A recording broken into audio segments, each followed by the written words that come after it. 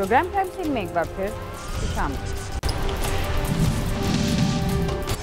डकैती की वारदातें आए रोज मुल्क भर में हो रही हैं। मुल्क का शायद ही कोई इलाका ऐसा हो जहां स्ट्रीट क्राइम्स ना होते हैं। डाकू जहां शहरियों से जिंदगी भर की जमा पूंजी लूट लेते हैं, वहां पिछले कुछ अरसे में डकैती की ऐसी वारदातें भी सामने आई हैं जिनमें डाकुओं ने मालो जर तो लूटा ही, साथ में खवातीन पर जिनसी तशद्दुद भी किया। ऐसी वारदातों के बारे में सुनकर हर शहरी ये सोचने पर मजबूर हो जाता है कि क्या वो महफूज हैं। ईद से सिर्फ एक रोज कबल पतोकी में एक ऐसा वाक़या पेश आया जिसने पूरे इलाके में खौफ और हिरास फैला दिया। वाज़ेह रहे कि मुतासरा फरी की शनाख्त जाहिर नहीं की जा रही।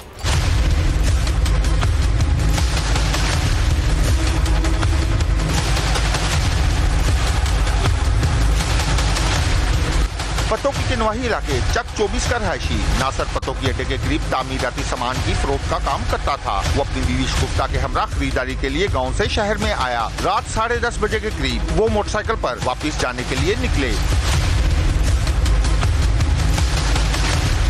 नासर बीवी के हमरा जब मेगा रोड पर अपने गांव जमशेर से कुछ फासले पर अरशद मियों के जरिए रकबे के पास पहुंचा तो दो मोटरसाइकिल सवार डाकुओं ने उन्हें गन पॉइंट पर रोक लिया और फिर असला की जद पर उन्हें यरगमाल बनाकर नकदी, जेवरात और मोबाइल फोन छीन लिया।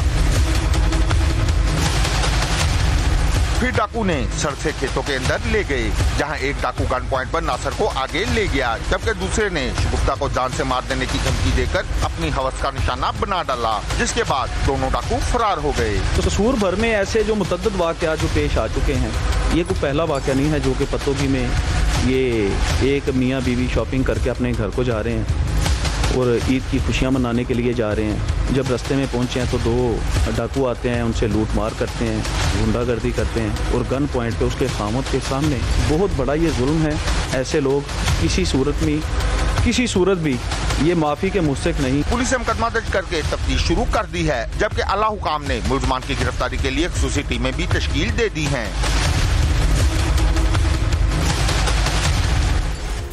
सब कुछ लुटने के बाद भी अगर डाकू किसी इंसान को तशद्दुद का निशाना बनाते हैं तो उससे ज्यादा दरिंदगी की और क्या बात हो सकती है।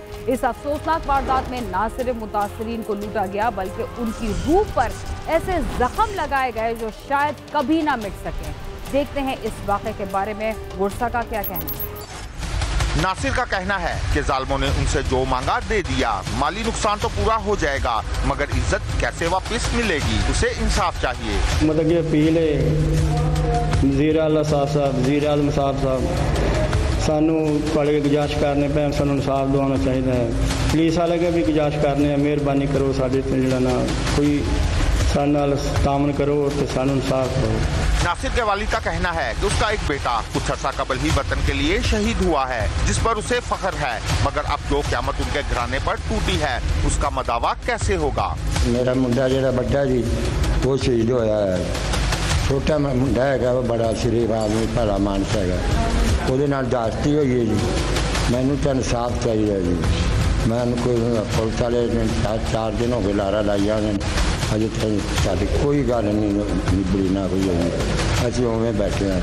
सानू तो इंसाफ चाहिए बंदे जी अर्ज सानू इंसाफ देना, इंसाफ दे।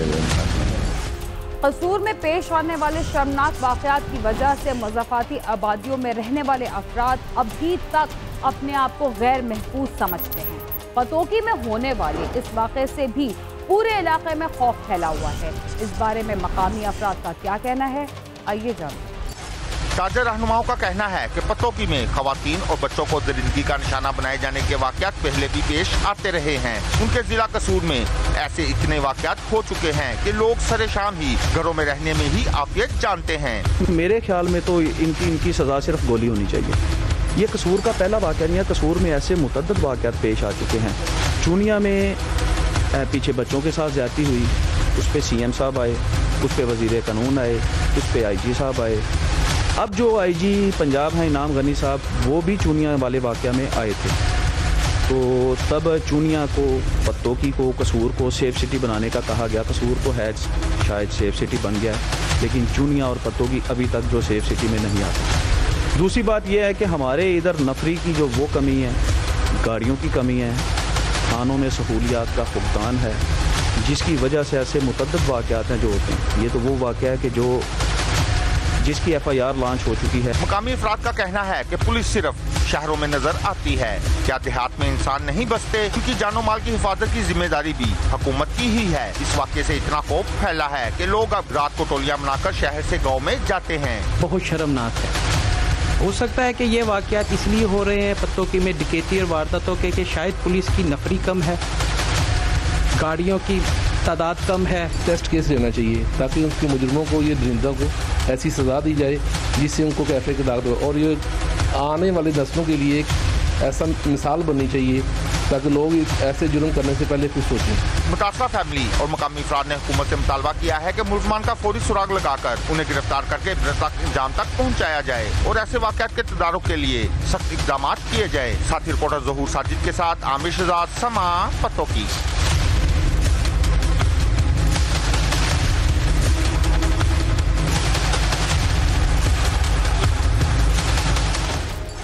चोरी और डकैती की वारदातें सदियों से जारी हैं, मगर माजी के डाकू आजकल के डाकुओं से बिल्कुल मुख्तलिफ है। ऐसे बहुत सारे वाक़यात और कहानियां हमारे अदब का हिस्सा हैं जिनमें डाकुओं ने पूरे के पूरे काफिले लूट लिए मगर किसी खातून को हाथ तक नहीं लगाया।